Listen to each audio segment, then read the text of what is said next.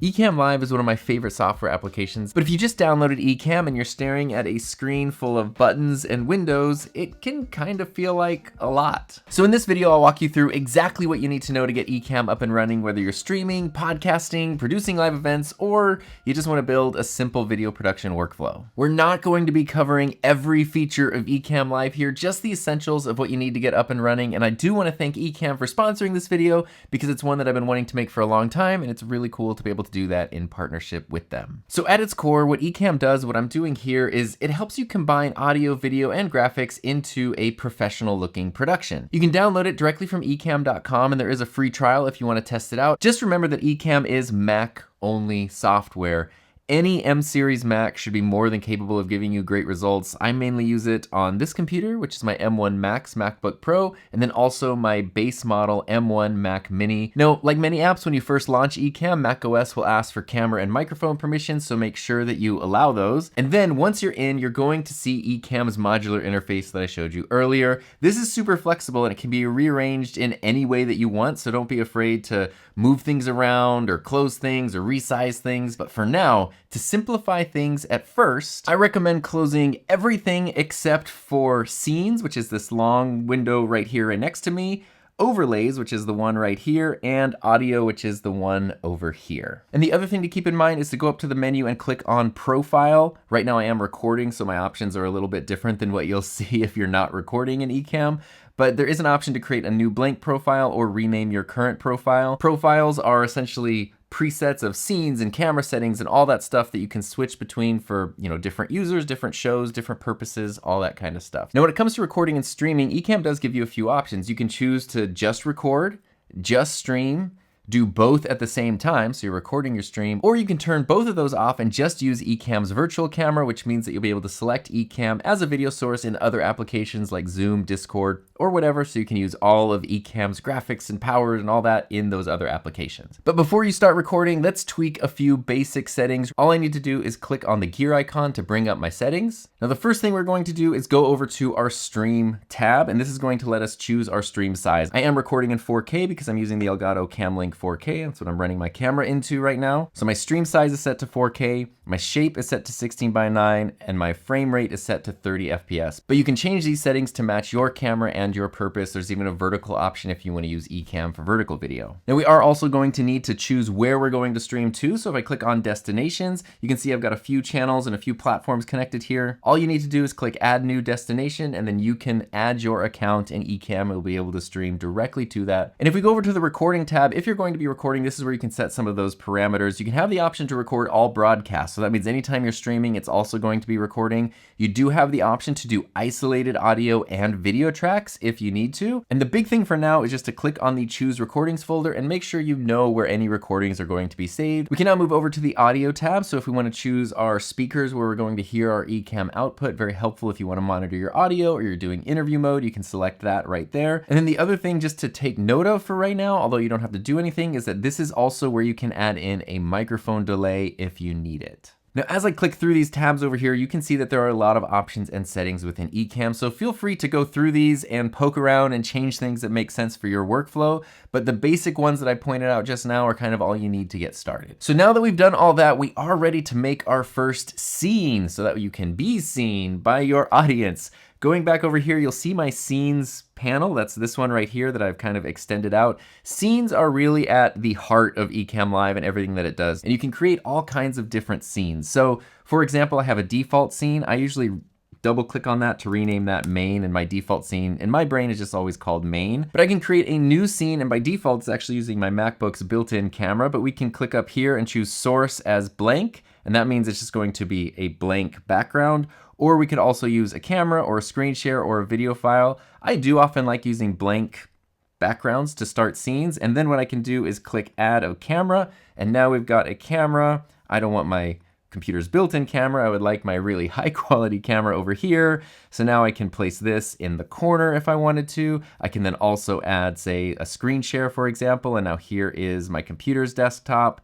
But you notice my computer desktop is covering up me, so I can actually go over to this overlay window and I can reorder those. I can click the pencil icon anytime on scene elements to sort of change some of their settings, like here if I want my corners to look differently, if I want there to be a border. Something I can do is just do a custom shape.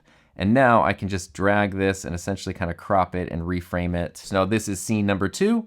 And then scene number 1 is this, and you can even add little transitions like that between your scenes if you want to. You can also do something like, I can basically just click on my main scene and duplicate it.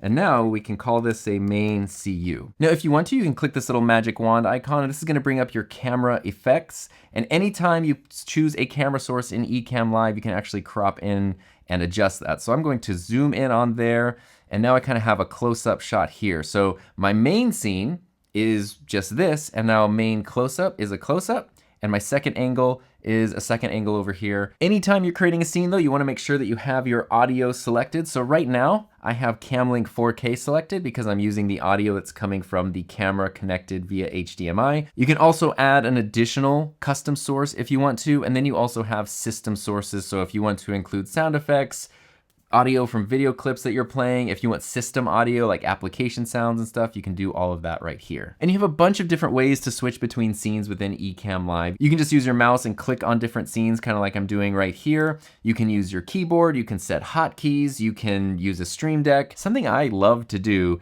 is give each scene a hotkey right here. So scene 1, we'll type that as 1, scene 2, we'll type as 2, and scene 3, we'll type as 3.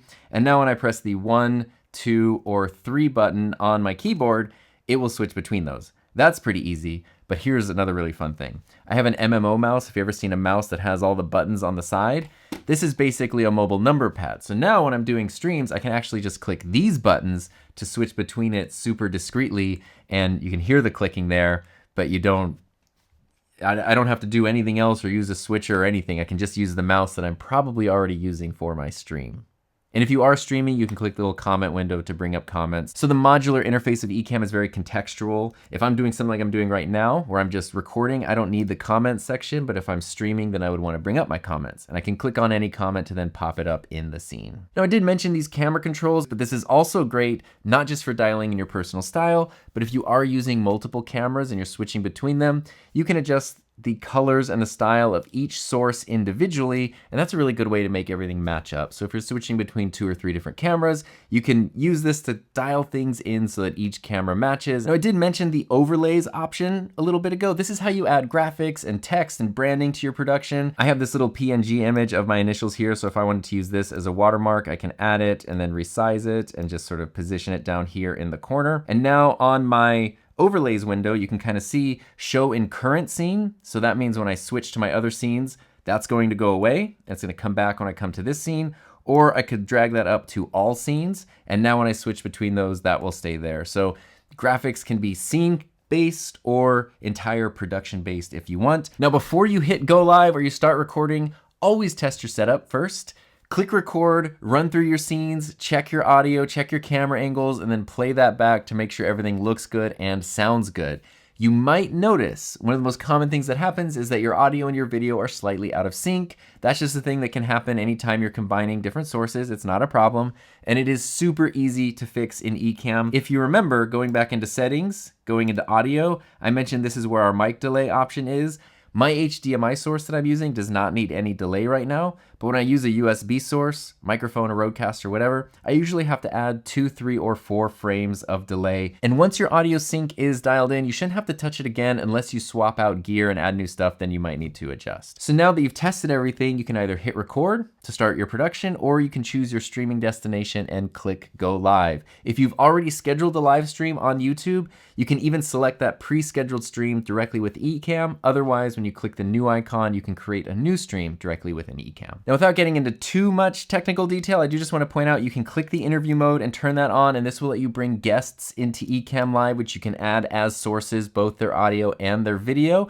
And you can also connect your Zoom account if you want to bring in guests that way, or kind of level up your Zoom streams, classes, workshops, and all that. Ecamm is an incredibly powerful tool, but as you've seen, you do not have to learn everything all at once. I definitely recommend that you start small, build your workflow, and then before long, you'll have a pro level stream that does not feel stressful at all to manage. And if you do want to learn more about Ecamm Live and how to use it, check out some of these videos right here.